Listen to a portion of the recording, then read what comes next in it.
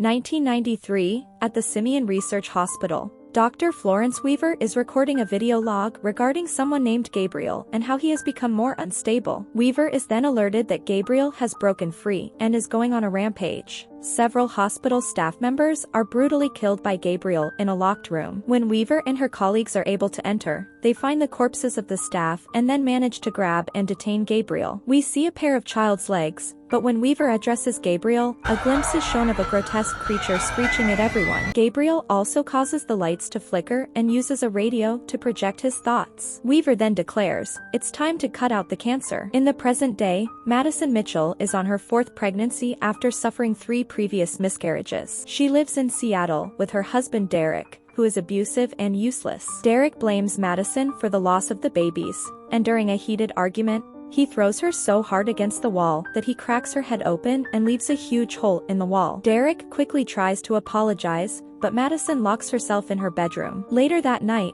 Madison sleeps while Derek hears a noise in the living room. He finds a shadowy figure appearing to watch TV, but when he turns on the lights, nobody is there anymore. Derek is stalked by the figure until it appears to stab him and then mangle his body. Madison goes downstairs to see what is going on and she finds Derek's body. The dark figure then appears to chase Madison through the house until she gets knocked unconscious. Paramedics and authorities come upon the Mitchell house and take Madison to the hospital. She is met by her sister, Sydney Lake, who tells her that she was attacked. Derek is dead. And what's worse is that she has lost her baby again. Madison wails in agony. Madison's room is later visited by Detective Kekoa Shaw, who speaks to Sydney. She tells Shaw that Derek kept her away from Madison, so she never knew how abusive he was to her or that Madison suffered previous miscarriages. Shaw's partner detective Regina suspects that Madison killed Derek herself for all the abuse. 2 weeks later, Madison returns home and tries to get her life back to normal. She hears noises and sees what looks like a shadowy figure outside on the street from her window. When Sydney comes to visit later, Madison tells her something that she never knew.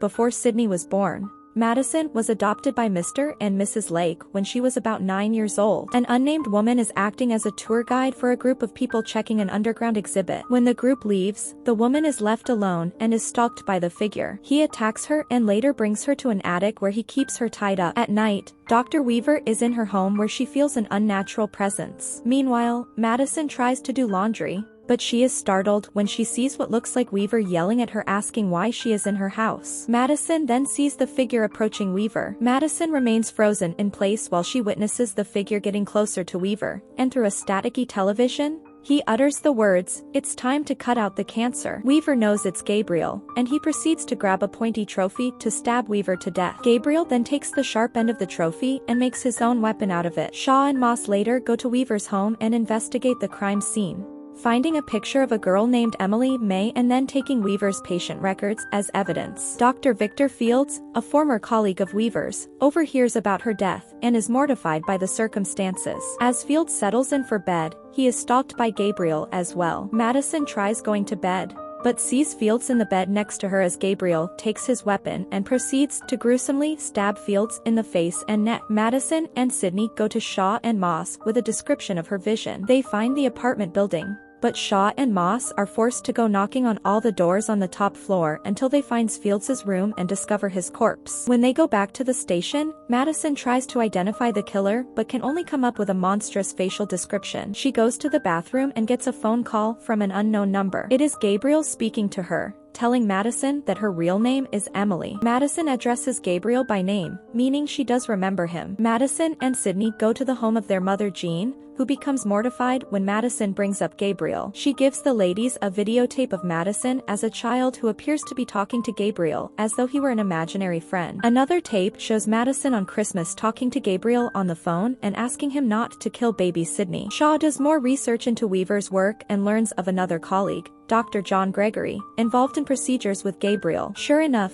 Madison sees herself in Gregory's home just before Gabriel gets to him. Shaw finds Gregory's address and attempts to find him, but he ends up too late and discovers Gregory's corpse in a bathtub full of blood. Madison still finds herself seeing the scene in the bathroom as Shaw enters, and tries to warn him as Gabriel appears. He nearly kills Shaw, but he shoots at Gabriel, who proceeds to flee through the fire escape. Shaw chases him and ends up in a dark alley where Gabriel nearly gets him again, but the villain ends up escaping. Shaw and Moss meet with Madison and Sydney again, plus a hypnotherapist, as they try to get Madison to remember her childhood connection to Gabriel. They know now that Weaver and her team had Madison, or Emily, as a case study. Madison remembers that Gabriel would speak to her as a child and do bad things that she would get blamed for, like putting his finger through a cake or even going as far as to get Madison to hold a knife and nearly kill her adoptive parents. Madison starts freaking out, saying that Gabriel was always making her take the blame, but she is snapped out of it. Moments later, the captured woman breaks free from her bonds, but as she tries walking away, she falls through the floor and lands in Madison's living room. The woman is taken to the hospital, and Madison is taken into custody. Shaw and Moss interrogate Madison, where she gets angered at the accusations to the point where she yells and causes all the lights to break. Shaw's phone then rings, and Gabriel's voice speaks to taunt them. Sydney gathers what she can on the Simion hospital and goes out to find the place is now an abandoned building. She breaks in and manages to find tapes on Emily May. She brings them home so she and Jean can watch. They learn that Madison's biological mother, Serena May, had given up her children to the hospital because she was 15 and they were the product of rape, which Jean didn't know about since the hospital told her that Madison's mother died. They see Weaver doing a test with Madison as she says that Gabriel speaks to her, and the camera pans over to reveal the truth. Gabriel is a formerly conjoined parasitic twin akin to a teratoma tumor in the back of Madison's head. Weaver and her team surgically removed Gabriel from her body, but fearing that they might accidentally kill Madison,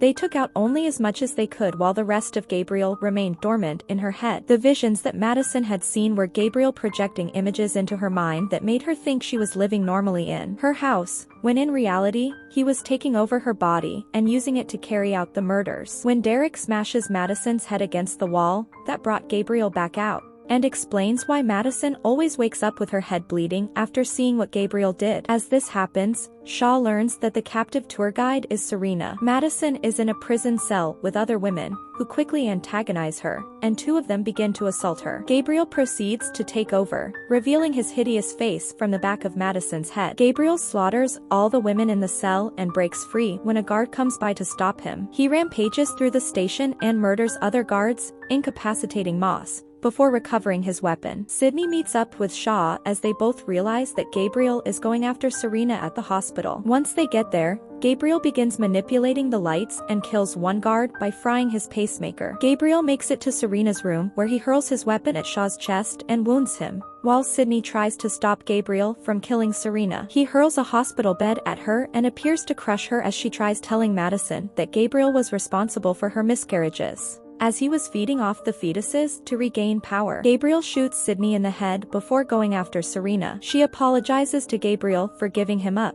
but he is unmoved and still kills her, saying that it's her fault that he's a monster. Then Madison's voice calls out saying that Gabriel was always a monster. It turns out that she has now learned his mind manipulation skills and forced Gabriel to see what she wants, meaning he didn't kill Sydney or Serena. Madison regains control of her mind and body and creates a prison for Gabriel to be trapped in, never to allow him to hurt anybody ever again. All he can do is scream in futility from behind bars. Madison helps take the bed off Sydney and she embraces her, saying that she has always been her true sister.